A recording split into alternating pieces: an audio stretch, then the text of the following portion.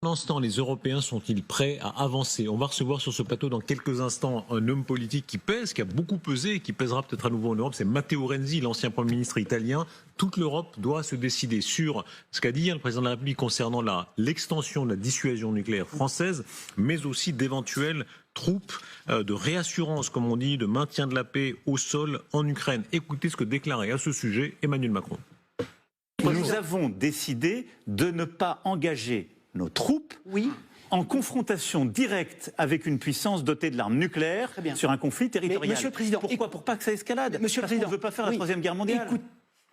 Voilà, donc des troupes, mais dans les circonstances qu'on va voir, puisque ça correspond pour l'instant, on va voir ce que proposent les Américains, notamment Keith Kellogg, et théoriquement c'est un des sujets qui devrait être sur la table demain soir à Istanbul, sur les troupes qui seraient proposées pour assurer ces forces de réassurance. Quand on voit la carte, il y a les Français, les Anglais, les Polonais peut-être, mais tout à l'heure l'ambassadeur disait non, on n'ira pas.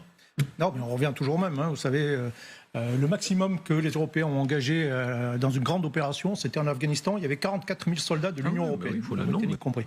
Sur ces 44 000 soldats, il y en avait à peu près 25 000 qui étaient dans les zones de combat et qui se battaient véritablement.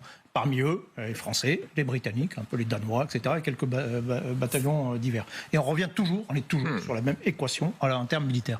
Ça, c'est pour les volumes de force et ceux qui y participeront. Déjà, vous pouvez enlever le drapeau allemand, ils n'y seront pas. Ils n'iront pas. Ah non.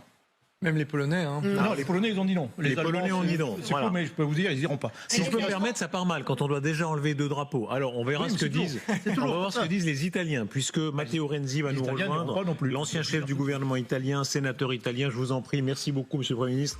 Ma collègue Lucille va vous amener par les Français. Alors, c'est un bonheur, évidemment, de vous recevoir en plus de vos... Bonsoir. Bonsoir, Monsieur le Premier ministre. Merci beaucoup d'être avec nous.